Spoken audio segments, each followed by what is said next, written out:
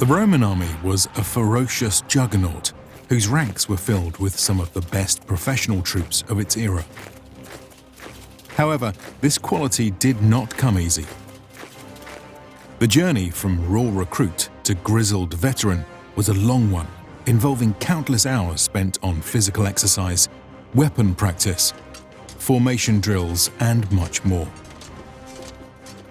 Today, let's take a closer look at basic training in the Roman army.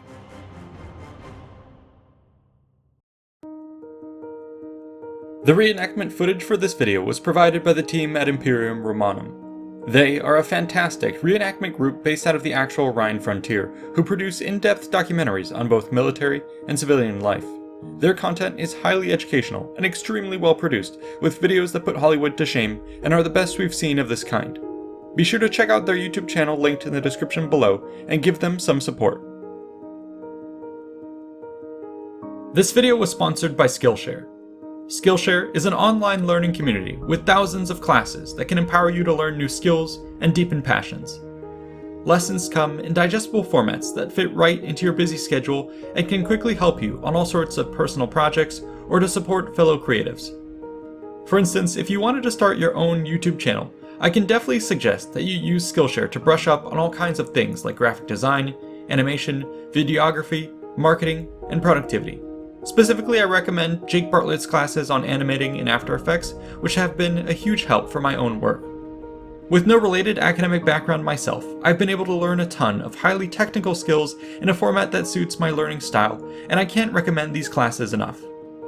Luckily, Skillshare has a special offer. The first 1,000 of my viewers to sign up through my link in the description will get a 1-month free trial of Skillshare, so you can start exploring your creativity today. Enjoy!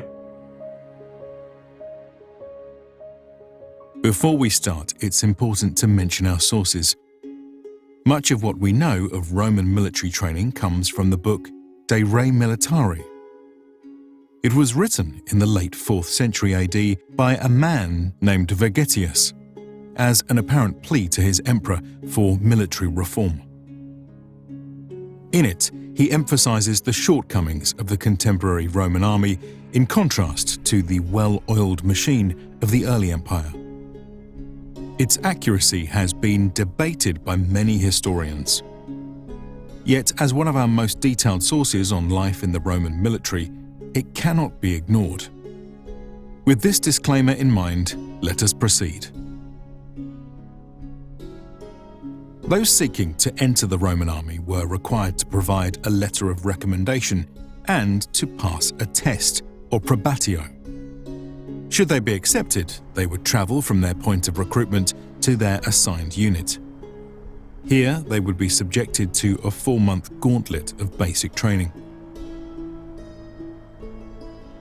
Just as today, it was an intense period meant to transform raw recruits into disciplined soldiers armed with the basic tools necessary to perform their professional roles.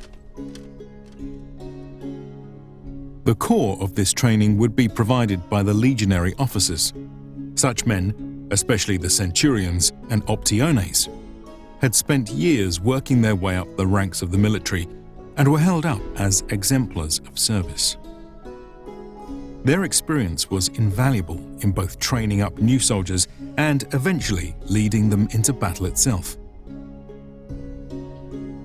This hierarchy of older soldiers was essential to the discipline and military tradition of the Roman army. It was not a perfect system, of course. These men were largely unregulated, and optiones were infamous for their winus, a staff that was used to beat soldiers who put a toe out of line. One of the most well-known of these officers was reportedly nicknamed Cado Alterum, or Bring Me Another, for his habit of repeatedly breaking his winus over the backs of his men.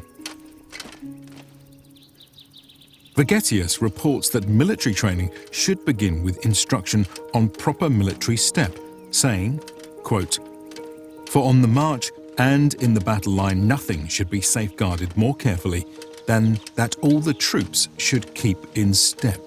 This can be achieved only if they learn, through repeated practice, to march quickly and in formations. So, 20 miles should be completed with the military step in 5 hours, but only in summer.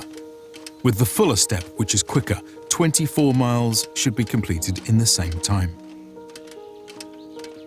We must imagine that both the distances and frequency of these exercises were increased.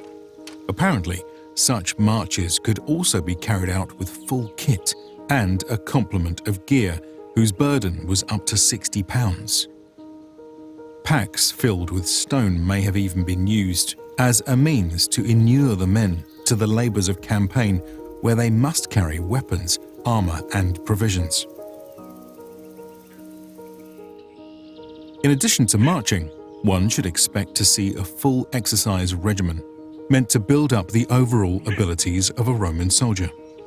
Things like push-ups, stretches and runs were some of the more basic routines. Vegetius adds that jumping and swimming were also taught not just as a practical means of exercise, but as valuable skills for traversing battlefield obstacles. But an army is more than a mass of individuals. They must learn to work together. As such, a big part of training involved teaching troops to move as a unit and follow commands. Get in line, advance, wheel left, wheel right, advance at the double, reform, and so on. Once drilled on the parade field, a unit would practice in open country and eventually on broken ground, until they could move as fluidly as a single organism. Among the many maneuvers being practiced would have been specific formations which had specific battlefield applications. For instance, a unit might form a dense line with pila out as spears to counter cavalry, or might cluster together into the famed testudo for advances in the face of heavy fire, such as in the case of sieges.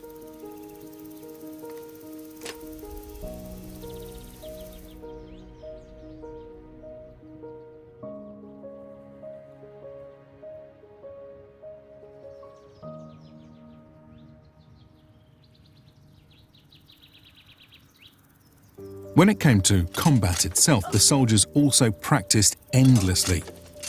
Weapons training would have begun with basic stances and motions. Records indicate that weighted swords and shields were commonly used to quickly build up the relevant muscles.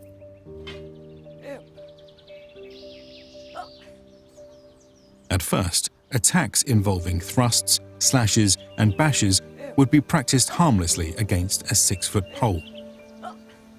Once sufficient proficiency had been achieved, soldiers would be matched against each other. This training, known as the armatura, was borrowed from the gladiators. In it, equipment would be more realistically weighted, and a pair of fighters could more dynamically engage under the careful supervision of trainers. Here, they would learn how to move, how to strike, how to block, how to unbalance a foe, how to tire them out, and how to efficiently finish them off. Such was the importance of this practice that special buildings were constructed in camps to allow for training year-round. Trainers got double rations and increased pay, while trainees who performed poorly could be punished with barley rations and beatings. But the sword and shield were not a soldier's only weapon.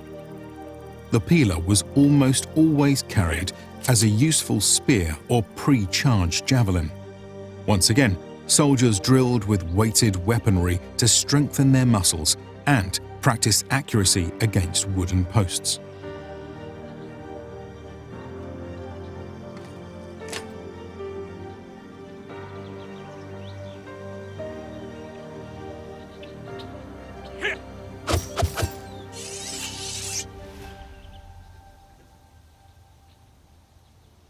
Another weapon, which was just as common but rarely gets talked about, was the sling.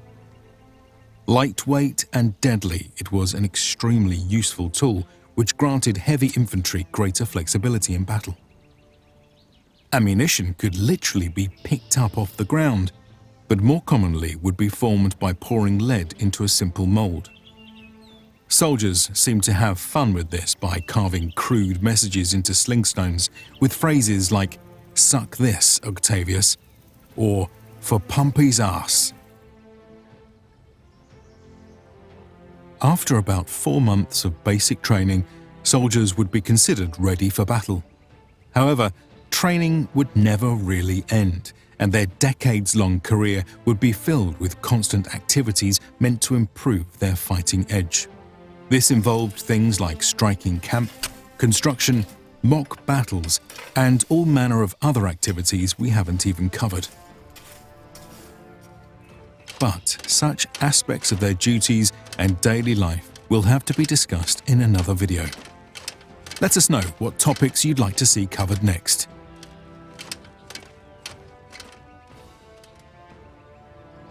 A huge shout out to the incredible team at Imperium Romanum for their incredible reenactment and camera work. Be sure to subscribe to their channel. A big thanks to our patrons for supporting such projects and to the team of researchers, writers, and narrators who help produce our videos. Be sure to like and subscribe for more content and check out these other related episodes. See you in the next one.